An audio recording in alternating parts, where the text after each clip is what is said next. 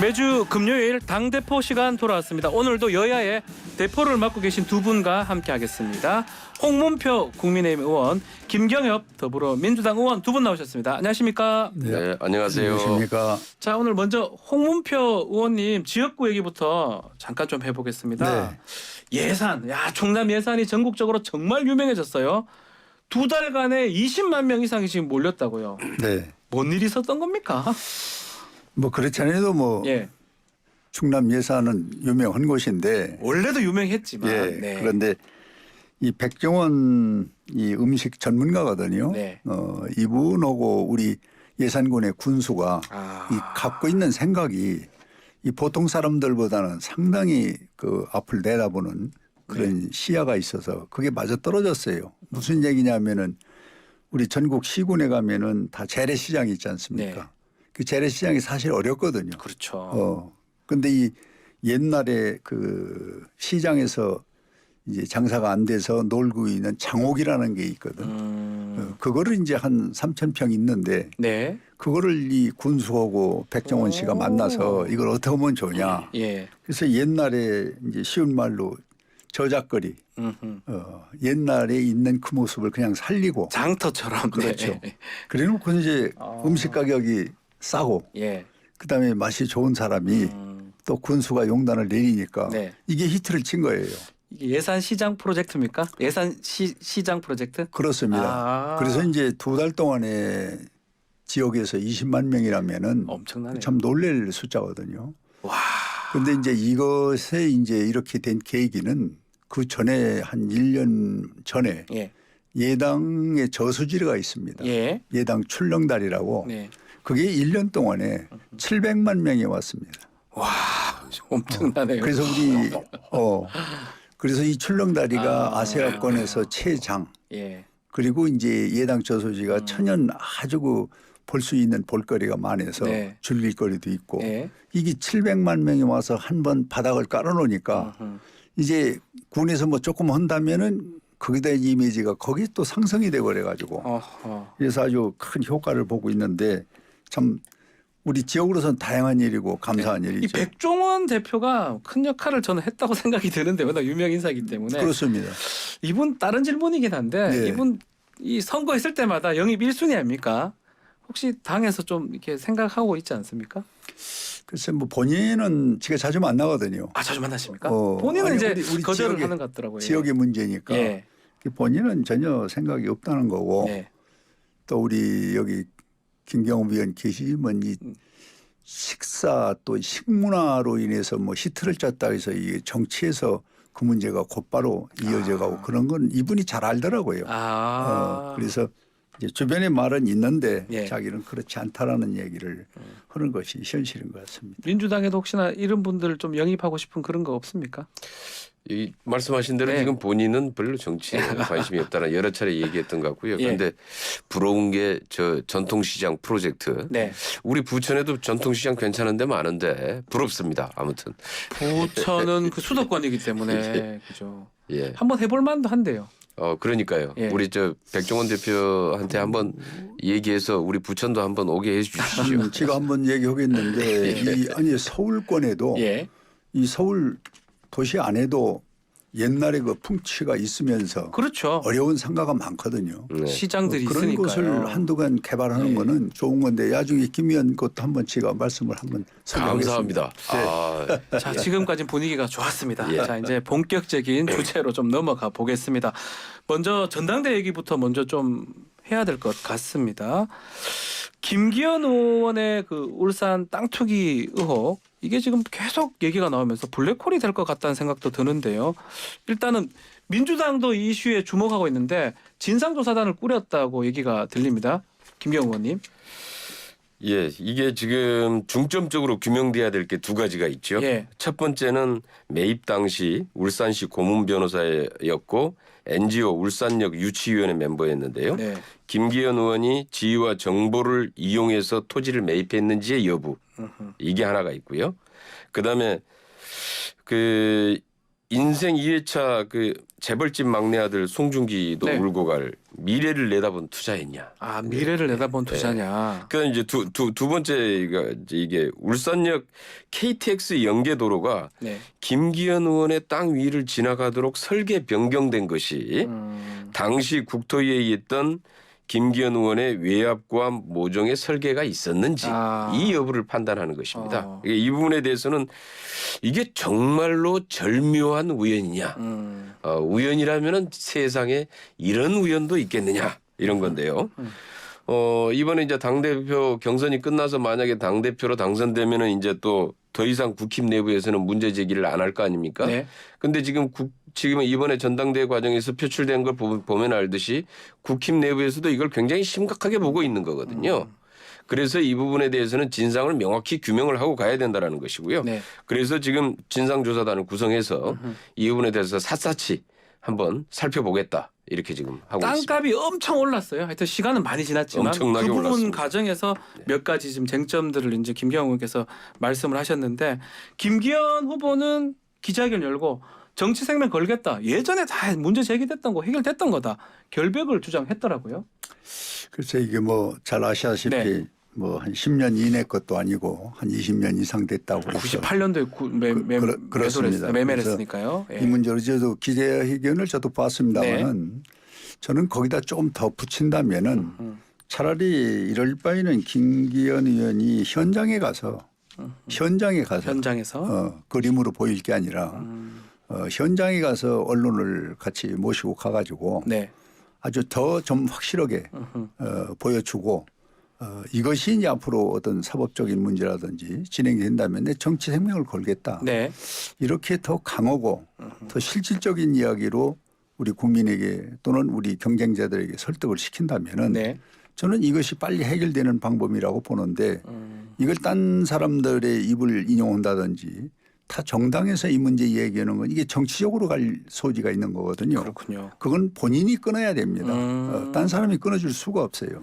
자 그렇다면 지금 제2의 대장동, 울산의 이재명 뭐 여러 가지 얘기가 지금 나오고 있는데 당의 조사라든지 아니면 수사 같은 것도 필요하다고 보시는 겁니까?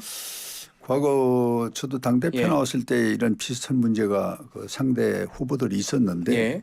그걸 당에 제소를 해서 해본들 당에서는 이것을 조사하고 이 문제를 밝힐 수 있는 그런 권한이 힘이 없습니다. 네. 그냥 정치적으로만 의뢰하는 것뿐이지.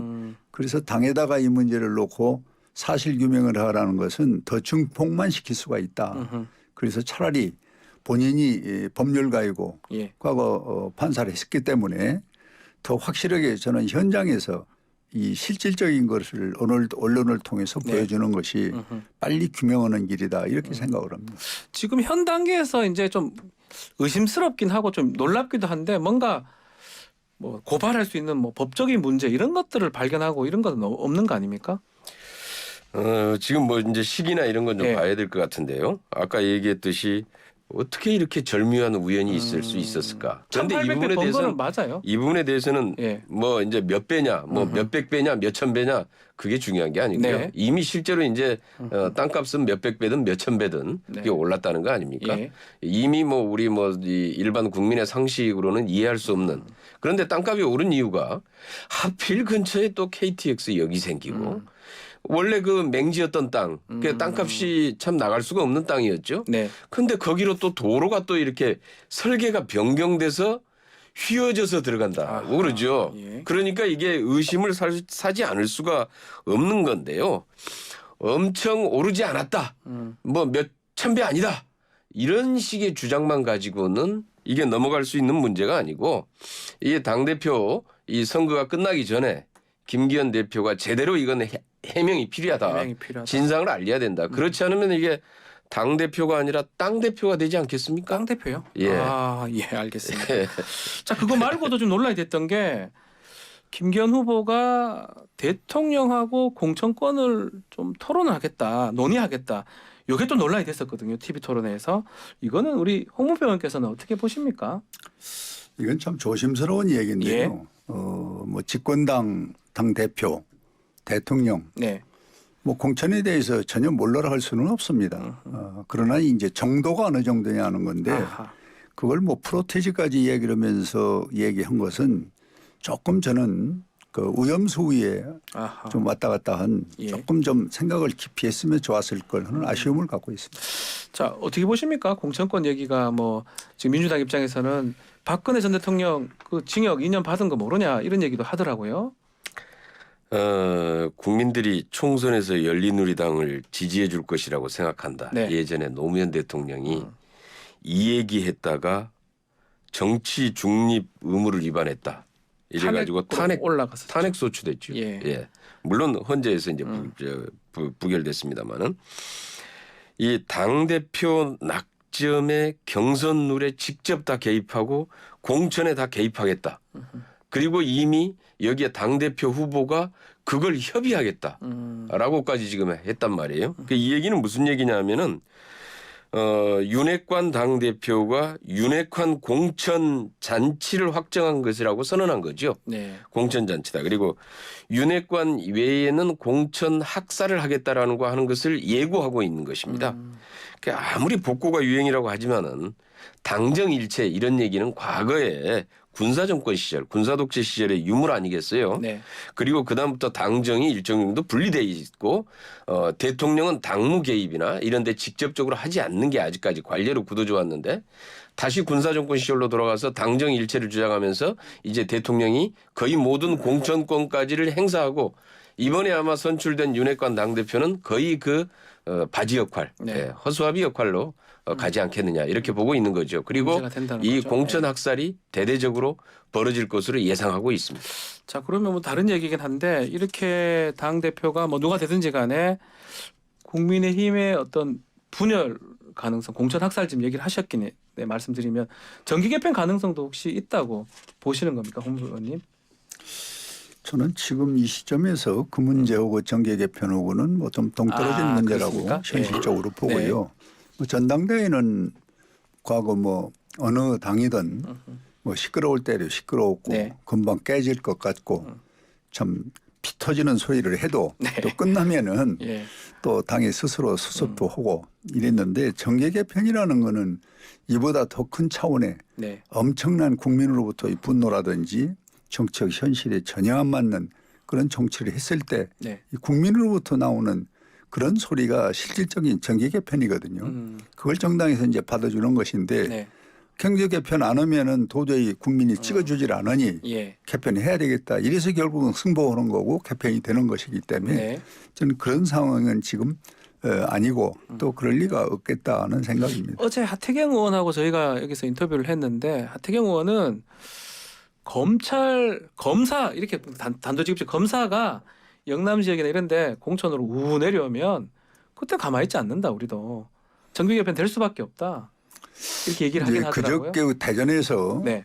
그 우리 순회 합동 유세를 했는데 네. 거기서 그 얘기가 일부 조금 뒤에서들 나왔어요. 네. 뭐 가까운 사람들이 내려오면은 네. 그 가만히 있겠냐. 예. 또 뭐 용산 주변에 있는 사람들이 예. 우르르 나오면은 가만히 있겠냐. 네. 이제 그런 염려의 얘기는 있는데 그게 뭐 염려로 우리가 받아들여야지. 그게 사실이 되면은 요즘 뭐 하태경 의원 얘기 저도 들었습니다마는 그런 상황이 이 정치권에는 이 정치인 생물이기 때문에 네. 자기에게 불리기 온다든지 원칙이 깨져버리면은 지역민이나 이 국민들이 가만히 있습니까? 아하. 그래서 저는 그런 부분까지 가지 않는 그런 정당이 우리가 국민정당으로 예. 가는 길이다 해서 그건 참말로 조심해야죠. 조심해. 김용훈 의원께서 이렇게 질문 드려보겠습니다. 이 국민의힘 상황도 한번 짚어주시고요. 민주당이 오히려 분당될 가능성이 있다. 이런 얘기도 있던데 그것도 같이 한번 말씀 주시죠. 민주당은 그럴 가능성은 없어 없다고 보이고요. 보십니까? 예. 예, 지금 이제 국민의힘 상황을 예. 보면은 아주 사생결단의 싸움 내부에서 이제 과거에는 이런 얘기가 없었던 것 같은데 내 적대 세력이라고 지금 아하, 서로 예. 지금 표현을 하고 있지 않습니까? 거기에다가 지난번에 그 윤석열 대통령이 중대선거구제를 제안을 했을 때 예. 갑자기 왜 저걸 들고 나왔지? 여기에 대해서 여러 가지 의구심들이 있었는데요. 분당에 대비해서 이후에 이 중대선거구제로 이걸 보완하려고 하는 게 아니냐라고 하는 이제 의구심을 사고 있지요. 예. 그리고 지금 방금 전에도 얘기가 나왔습니다만은 지금 국힘 내부에서는 여의도에 지금 쭉 다 소문이 다 돌고 있습니다. 이번에 지금 윤석열 정부가 출범하고 나서 정부 주요 요직마다 다 검사 출신들을 다 지금 들어박았습니다. 네. 그래가지고 이 검사 출신들이 내년 총선에 대거 이제 출마할 것이다. 이 즉 경력을 쌓아가지고 네. 정부 직책에서 경력을 쌓아서 내년에 이제 쭉 다 이렇게 해서 그러니까 하태경 의원의 지역구에도 아마 그 거론되고 있는 것으로 알고 있어요. 그렇습니까? 예. 이미 뭐 누구라고 하는 이름까지 다 나와 있으니까 그렇게 해서 이제 하게 될 가능성이 대단히 높다. 그리고 이미 여의도에는 저희 당은 잘 모르는데 국힘 내부에 이렇게 쭉 다 얘기를 들어보면은 그런 소문들이 돌고 있더라고요. 그랬을 때 지금 싸움이 과연 이게 봉합될 수가 있겠느냐. 네네네. 내년 아마 총선 공천 때까지 더욱더 격렬해질 것이고 결국은 정계 개편의 가능성이 분당의 가능성이 굉장히 농후해지고 있다라고 보고 있습니다. 알겠습니다. 분당이 어디 민주당이 분당하는 겁니까? 민주당은 별로 분당할 가능성이 없어 보입니다. 네. 민주당은 탄압받을수록 더 단결하거든요. 홍문표님. 아니 우리가 분당 얘기는 참 정치인으로서 조심스러운 얘기인데 저는 그렇게까지 보지는 않고 이제 공천 과정이 투명하고 그리고 당선 위주로 원칙으로 되기를 바라는 그런 어떤 우려와 염려에서 하태경 의원도 얘기가 나왔다고 보고 그건 언제든지 전당대회 직전 전후가 그렇게 합니다. 네. 알겠습니다. 자, 민주당 얘기도 한번 질문 드려보겠습니다. 자, 먼저 지금 본격적인 얘기 전에 다음 지도부 특히 원내대표 선거를 좀 빨리 할 수도 있다 이런 얘기도 있던데요. 민주당 출마하십니까, 의원님? 뭐 얘기해 주셔도 되지 않나요? 뭐 아직 결정을 못했습니다. 고심 중입니다. 지금 뭐 여러 가지 상황에 후보들이 이제 출마할 후보들이 많이 있습니다. 누가 적합할지 조금 더 좀 고민해보고 제가 이 상황에서 이 시점에서 적합한지 여부도 좀 더 좀 확인해 보려고 합니다. 그 5월인데 좀 빨리 한다 그러면 고심도 빨리 이제 끝내야 될 상황인데. 혹시나 끝내면 이제 뉴스킹에 와서 한번 말씀 좀 주십시오. 예, 알겠습니다. 좀 해주시면 제가 그 여의도 바닥에 흐르는 이야기 들어보면은 우리 김 의원이 1순위로 얘기가 나옵니다. 그러니까 좀 일찍 웬만하면 공개하시죠. 뭐 자꾸 참지 마시고. 국민의힘 입장에서 아니 그 얘기를 우리 김 의원 얘기가 나오는 거를 뒤에 조금 더 이렇게 좀 알아보면은 이제 이재명 대표는 뭐 어떤 경우든 더 이상 버틸 수가 없다. 그럼 이분이 이제 어떤 본인이 결단이 되든 또 당에서 또 뭐 권고를 받든 그러면 이제 공백 상태가 또 옵니다. 그걸 빨리 메울 수 있는 것이 원내대표를 좀 조기에 원내대표를 뽑는다. 이제 그러다 보면은 우리 김 의원 얘기가 자연스럽게 몇 사람 나오는데 아주 강력하게 나오는 건 사실인데 좀 일찍 밝히시죠, 그렇습니다. 뭐 아직 결정된 사안이 김 의원님이 너무 당황해하시는데 알겠습니다. 자, 지금 그 말씀이거든요. 이재명 대표 체포 동의안 관련해서 어제 기자 간담회 열렸습니다. 사법 사냥이다, 뭐 토착 비리가 아닌 검찰 비리다. 검찰을 오히려 더 강도 높게 비판을 했습니다. 어떻게 들으셨습니까? 김경호 님부터 말씀 들어보겠습니다. 지금 이제 윤석열 정부가 바뀌고 나서 과거에 다 수사를 했던 사안 아니겠습니까? 이게 이미 이제 무혐의로 다 밝혀진 사안도 있고 그다음에 이제 대법원에서 확정된 판결이 난 사안도 있고 그런데 지금 그런 사항들을 정권이 바뀌고 또 이 수사 검사를 다시 다 교체해서 다시 수사를 지금 한 거란 말이에요. 재탕 3탕의 수사인데 근데 갑자기 판단이 바뀐 겁니다. 실제로 뭐 팩트가 바뀌었다거나 뭐 새로운 사실이 나왔다거나 이런 것도 전혀 아닌데요. 그러니까 어제 이제 그 이재명 대표도 그 사안 하나하나를 쭉 반박하고 설명을 했던 거 아닙니까? 그런데 이제 가령 이제 예를 들어보면 그런 거죠. 민간 개발을 완전히 맡겨서 환수를 전혀 하지 않으면은 배임에 해당되지 않고 민관 공동 개발로 해서 절반 정도를 환수하면은 나머지 환수를 못했다고 배임에 해당되는 것이냐. 그러니까 이제 가령 부산 LCT 사업이나 이 양평 공흥지구 같은 경우에는 다 민간 개발로 다 맡겨서 그 민간 업자들이 100% 개발 이익을 다 가져갔단 말이에요. 그러면 그거는 배임이 아니고 이렇게 민간 개발로 가려던 것을 다시 민관 공동개발로 바꾸어서 50% 이상을 환수를 했다. 네. 그 나머지 더 환수 못했다고 이게 실제로 배임에 해당되느냐 이 문제를 하나 제기했던 것이고요. 그다음에 성남 FC 문제도 광고비 문제인데 네. 여기 핵심이 그거더만요. 저도 이제 한번 꼼꼼히 한번 따져봤어요. 아하, 예. 그 영장 청구서의 내용하고 그다음에 이제 이재명 대표가 제공한 자료, 해명한 자료. 예. 예, 해명한 자료를 쭉 꼼꼼히 봤는데 그러니까 가령 뭐 네이버 부지 같은 경우가 전임 시장일 때 거의 수의계약화돼 있었어요. 수의계약 가는 것으로 계획이 잡혀 있었는데 이재명 시장이 시장이 되고 나서 이것을 수의계약이 아니라 경쟁 입찰로 바꿔서 성남시의 재정을 더 추가로 확보한 겁니다. 네. 그랬는데 이걸 특혜라고 봐야 되느냐라는 겁니다. 수의계약을 경쟁 입찰로 바꿔가지고 추가로 재정을 확보한 건데 그래서 이것을 성남FC의 광고비하고 연결시켜서 3자 뇌물죄다. 지금 이렇게 주장을 하고 있는 건데 보면은 정황이나 당시의 흐름에 봤을 때 전혀 맞질 않습니다. 검찰의 주장이. 네. 검찰의 주장이 전혀 맞지 않고 그래서 아마 우리 당 의원들 중에서도 저도 이렇게 아주 꼼꼼하게 두 가지를 이렇게 비교해서 검토해 봤는데요. 네. 이건 뭐 검찰의 이 구체적인 범죄 사실은 고사하고 예. 아예 당시의 사건의 흐름이나 정황 자체가 맞질 않는다.